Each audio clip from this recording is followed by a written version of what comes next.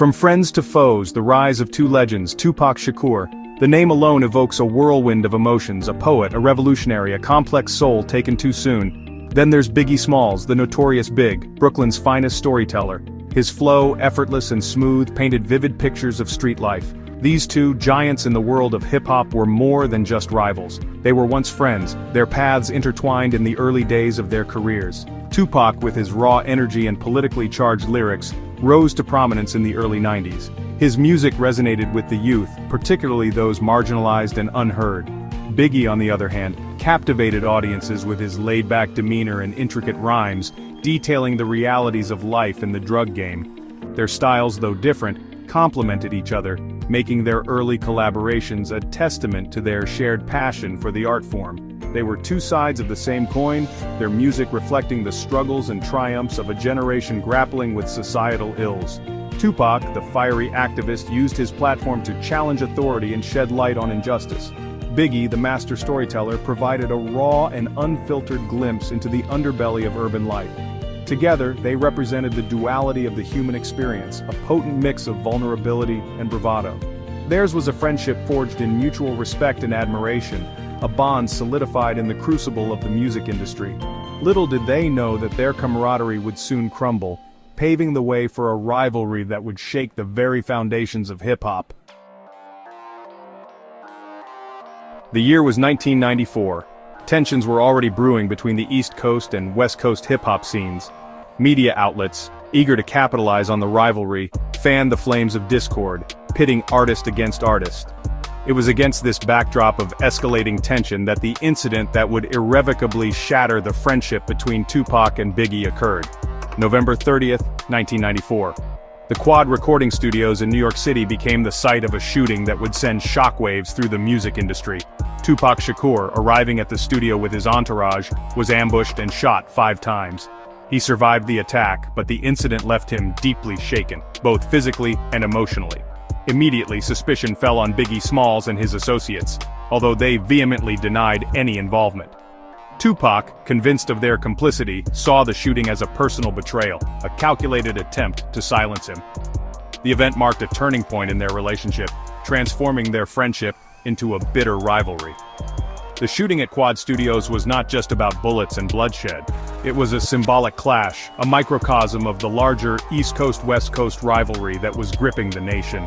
It was a stark reminder of the dangers of fame, the fragility of life, and the destructive power of unchecked animosity. In the aftermath of the Quad Studio shooting, the air crackled with suspicion and animosity. The incident became a morbid spectacle, dissected and analyzed by media outlets eager to exploit the escalating tensions between the East and West Coasts. It was into this volatile atmosphere that Biggie Smalls released Who Shot Ya?, a track that would further inflame the rivalry. Released in 1995, Who Shot Ya? Was a hard-hitting track with menacing lyrics that showcased Biggie's lyrical prowess. While Biggie and his camp maintained that the song was not directed at Tupac, the timing of its release, so soon after the shooting, was deemed more than coincidental by many. For Tupac, still reeling from the trauma of the shooting and feeling betrayed by his former friend Who Shot Ya? Was a slap in the face, a blatant taunt that added insult to injury. He interpreted the song as a confession, a gloating reminder of his vulnerability that night at Quad Studios. The release of Who Shot Ya? Poured gasoline on the already smoldering fire of the East Coast-West Coast rivalry. It deepened the divide between the two camps, fueling a cycle of accusations, retaliation, and escalating violence. Section 4, Hit 'em Up, a scathing retort and escalation. Tupac Shakur was not one to back down from a challenge. Fueled by anger, paranoia, and a thirst for revenge, he retaliated against Biggie Smalls and his perceived betrayal with a diss track of unparalleled ferocity, Hit 'em Up.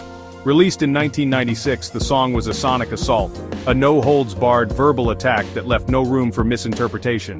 Hit 'em Up was more than just a diss track, it was a declaration of war. Tupac held nothing back, unleashing a torrent of venomous lyrics aimed directly at Biggie, accusing him of setting up the Quad Studio shooting and mocking his street credibility. He even went so far as to claim he had slept with Biggie's wife, Faith Evans, further fanning the flames of the feud. The song sent shockwaves through the hip-hop community, Its raw aggression and uncompromising lyrics shocked some, while others saw it as a justified response to Biggie's perceived taunting. Hit 'Em Up solidified the rivalry between Tupac and Biggie, pushing it to a point of no return. The release of Hit 'Em Up marked a dangerous escalation in the East Coast-West Coast rivalry. It moved beyond lyrical sparring and ignited a real-life feud, the consequences of which would prove to be devastating. Section 5. East Coast versus West Coast, a rivalry ignited. The rivalry between Tupac and Biggie transcended mere personal animosity. It became emblematic of a larger cultural clash, the East Coast versus West Coast rivalry in hip-hop. This rivalry, fueled by media sensationalism and regional pride, pitted artists from the East Coast against those from the West Coast, creating a climate of tension and distrust. The East Coast, with its roots in the birthplace of hip-hop, boasted a gritty, lyrical style characterized by complex rhyme schemes and storytelling prowess. Think Nas, Wu-Tang Clan, Mobb Deep. The West Coast, on the other hand, emerged with a more laid-back, funk-infused sound, often reflecting the realities of street life in Los Angeles. Snoop Dogg, Dr. Dre, and of course, Tupac Shakur became synonymous with the West Coast sound. The media, always eager for a good story, seized upon the stylistic differences and brewing tensions between these two coastal hubs. They amplified existing rivalries, often blowing minor disagreements out of proportion, turning regional pride into outright hostility. Magazines and television shows fueled the fire, portraying the East Coast and West Coast as warring factions vying for hip-hop supremacy. This manufactured rivalry created a dangerous climate where perception often trumped reality, and where artists felt pressured to align themselves with one coast or the other. It was a climate ripe for conflict, and the feud between Tupac and Biggie became the focal point of this brewing storm.